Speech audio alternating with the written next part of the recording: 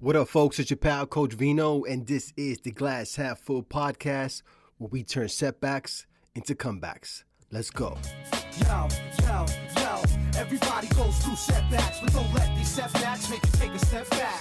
Step back from the situation, put your brush down, envision the picture you're painting, because everybody goes through setbacks. All right. Welcome back to the podcast. I am Coach Vino, the people's bartender, and your certified coach from the Boogie Down Bronx.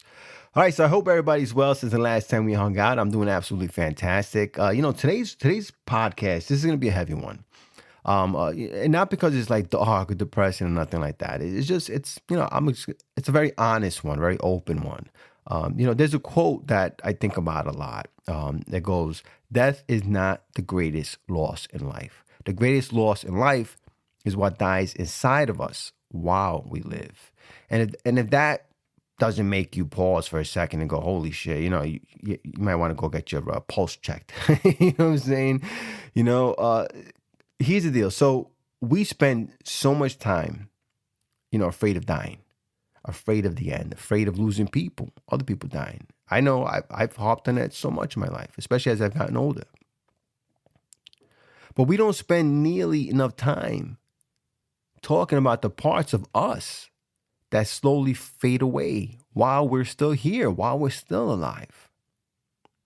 Think about all the dreams that you stopped chasing. Those are dead, right?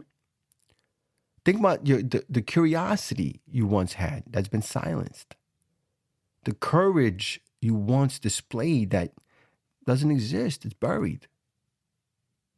And worst of all, think about all the joy, all of the happiness that you postponed by saying someday. That, my friend, is the real tragedy. That's death. Because you can be breathing nice and strong, heartbeat nice and strong, but you don't feel fully alive. I've met people who are walking around, going to work, paying bills, they're showing up to everything, but inside they're exhausted in a way that sleep isn't going to fix. You know what I'm saying? And it's not because life is hard.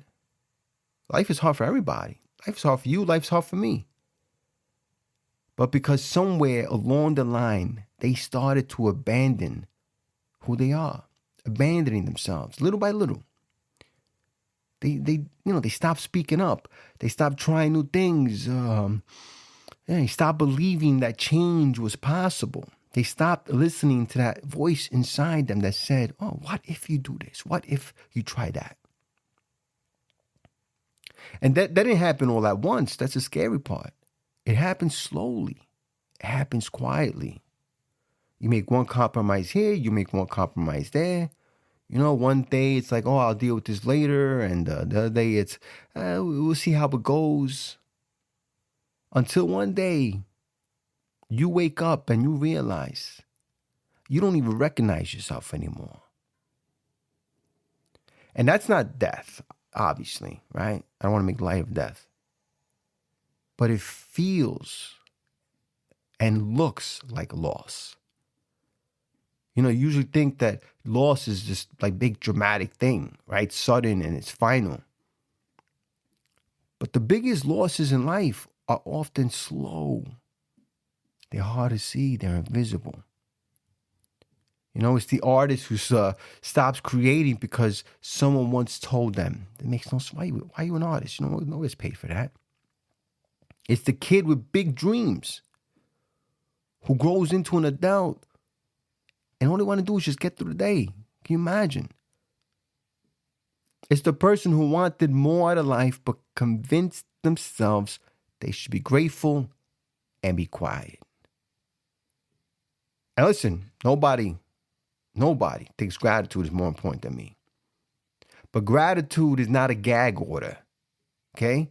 Being grateful does not mean to shut up and just get through the day. You are allowed to appreciate what you have and still want more.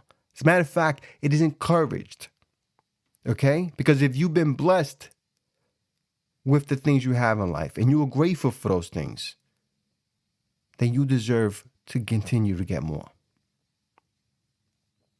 What dies in us isn't taken from us, okay? We give it up.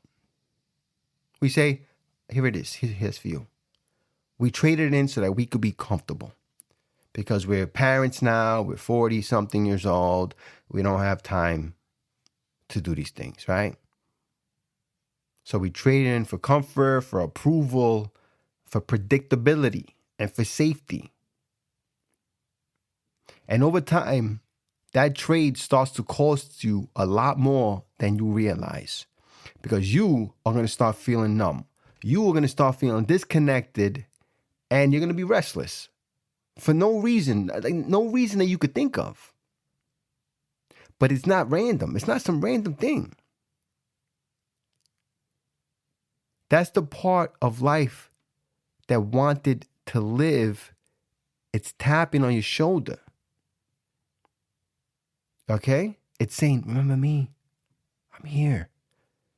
But you're trying to ignore it. Here's something I want you to think about, right? I want you to sit with this. You don't lose yourself overnight.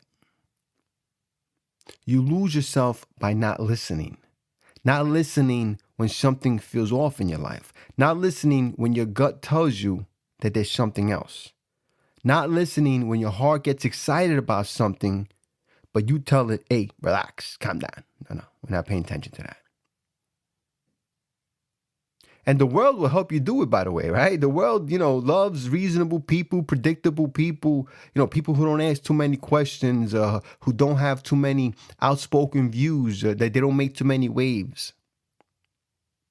But being reasonable for too long, let me tell you something, that can cost you your soul. I'm not saying quit your job tomorrow or blow up your life. What I'm saying is pay attention to what's changing in you, what is slowly disappearing inside of you. Are you still curious? Are you still inspired? Do you still believe you can grow? Or are you just managing this decline in who you want to be, who you are? Because here's the truth. The body ages. That's unavoidable, 100%. I don't look nearly as gorgeous and sexy as I used to look. You know what I'm saying? But the spirit doesn't have to die early. What dies inside of us is usually hope, it's courage, it's wonder. It's, you know what it is too? It's trust, self-trust. The good news is, if it dies slowly, it can be revived slowly too. You don't need to have a massive breakthrough to be revived. You need honesty.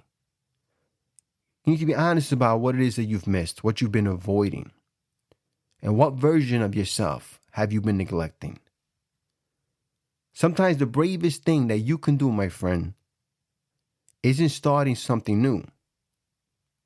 It's admitting that you've been living on autopilot, right?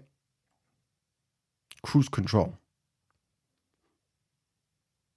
And then from there, you start making little tiny acts of resurrection, right? You start resurrecting yourself little by little, trying again, speaking up, learning something just because it interests you, even if it doesn't, benefit you, it interests you. Say no when you mean to say no, and say yes when fear is telling you not to. Those things will slowly but surely bring you back online with who you want to be. And look, none of us get out of this alive. That part we can't negotiate, right? We all got to kick the bucket. But you do get to decide how much of you makes it at the very end. How much of you is kicking that bucket? Is it you or is it a shadow of yourself? Don't let the best parts of you die out of convenience, right? So you can be comfortable. Don't let your life become a series of obligations with no meaning. Can you imagine? We got, God willing, 80, 90 years on this planet. And you have no meaning at the end. Don't wait until the end to realize that you stopped living your life halfway through. So to all my 40-somethings out there, 50-somethings, even my 60s and 30s, listen, now's not the time to quit. Death is going to come when it comes.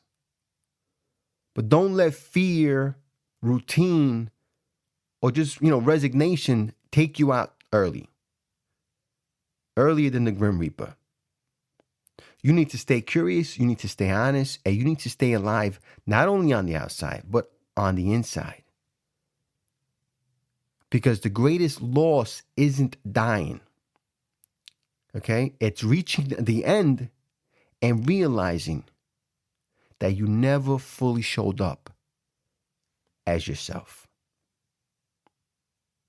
That's all I got for you, folks. I've enjoyed today's podcast. If you did, I hope that you would leave a review so you can help Coach Vino feed the hungry algorithm.